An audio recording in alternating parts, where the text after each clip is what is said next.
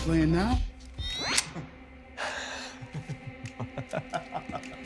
The movie kicks off with a distressing scene in a war-ravaged part of the Middle East. A cluster of U.S. Special Forces soldiers finds themselves imprisoned, undergoing harsh questioning and torture from enemy captors in a cramped hideout. As the situation intensifies, a female soldier named Wine is on the brink of enduring the same ordeal as her comrades.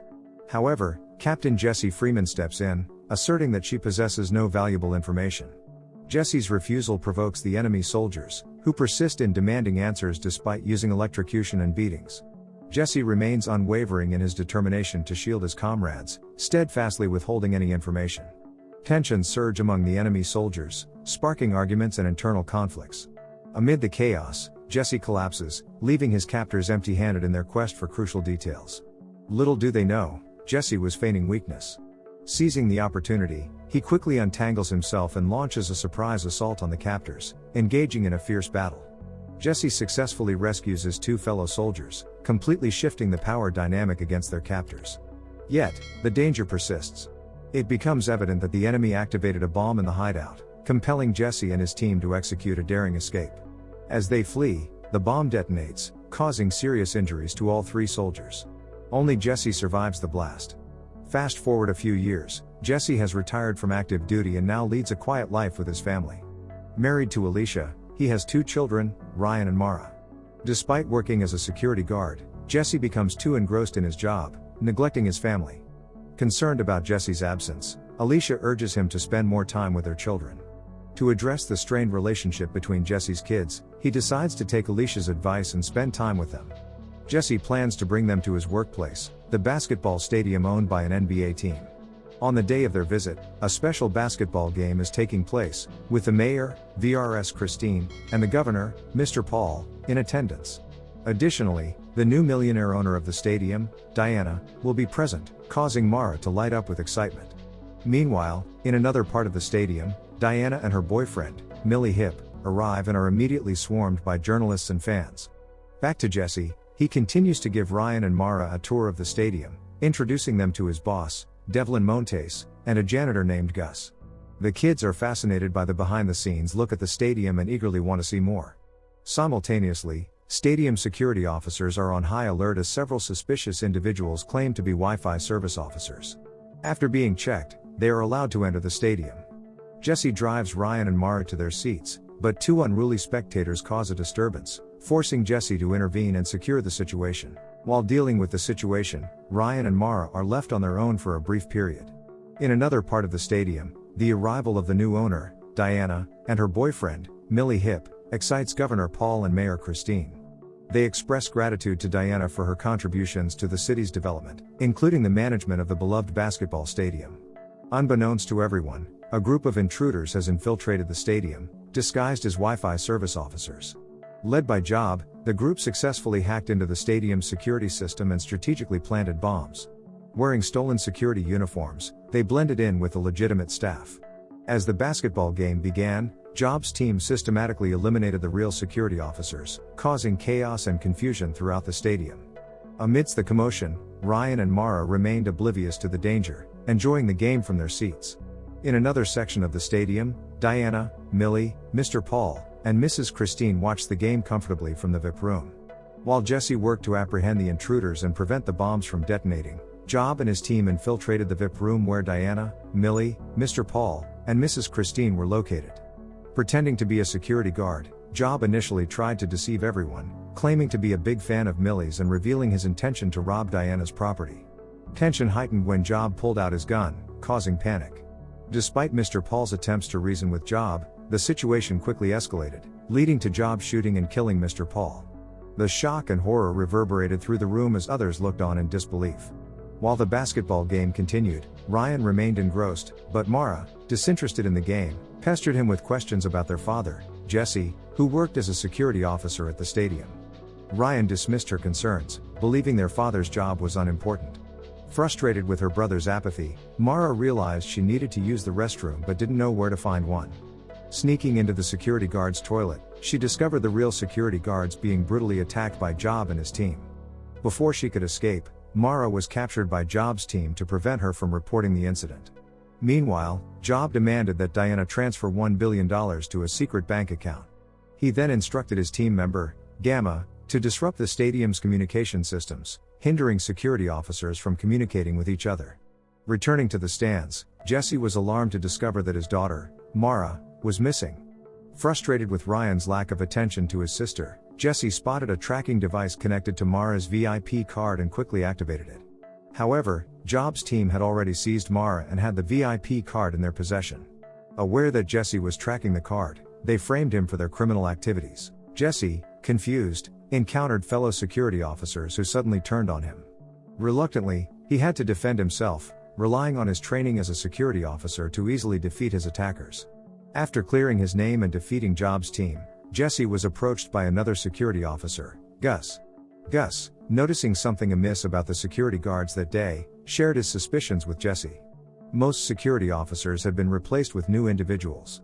Jesse's suspicion grew, prompting him to investigate further. Together with Gus, he made his way to the security center, but it was too late. Job's team had taken control. While being held captive by Job's team, Mara managed to trick Omega and attempted to escape.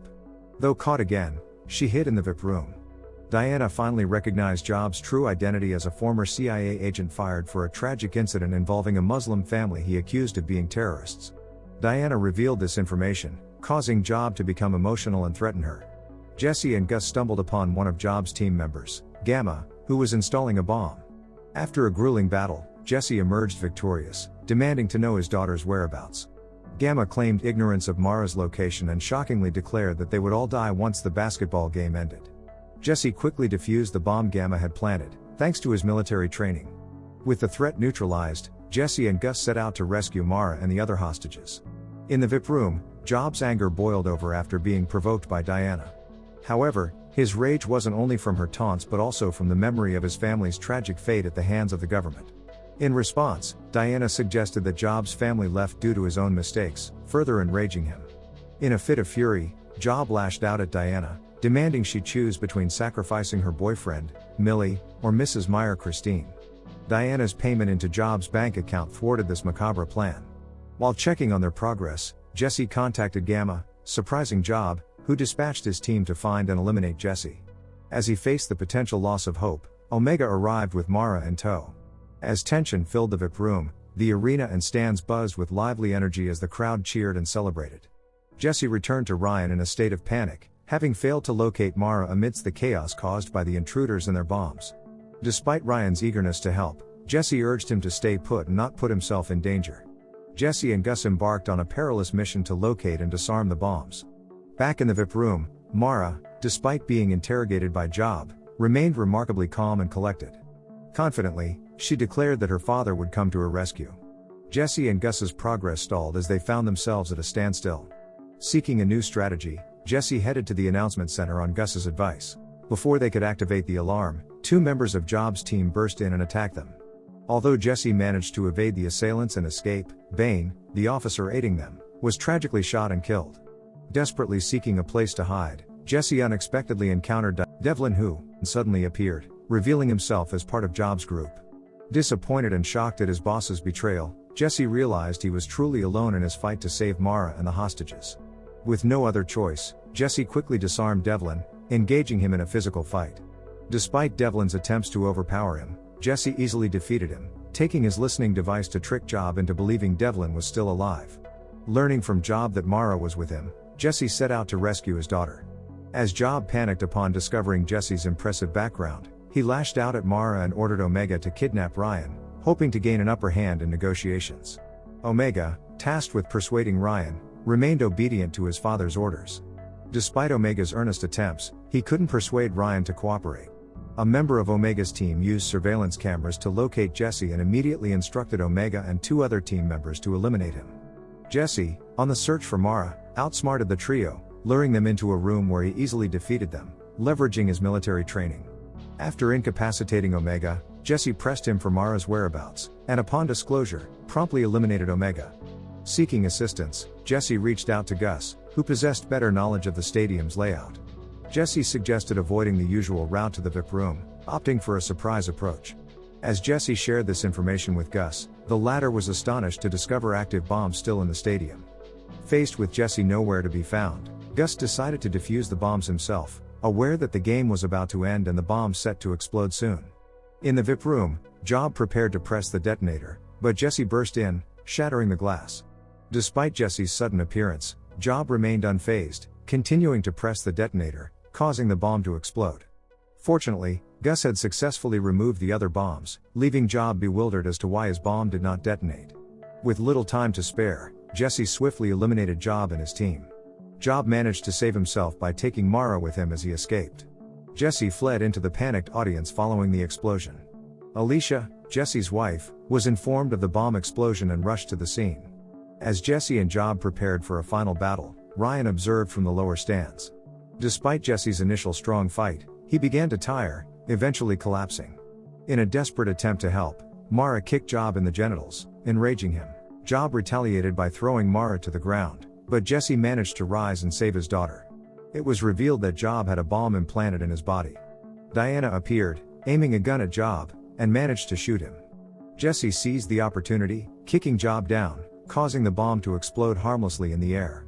The film concludes on a positive note with Jesse's family reunited and safe, and the stadium saved from disaster. Diana offers Jesse the position of head of stadium security, but he declines for the time being, prioritizing time with his loved ones. The moral of the story emphasizes the importance of finding a restroom, staying alert for suspicious activities, and never trusting someone claiming to be a Wi-Fi service officer. Don't forget to subscribe and turn on the notification bell if you want to watch more videos like this. Thank you for watching and see you again soon. Take care.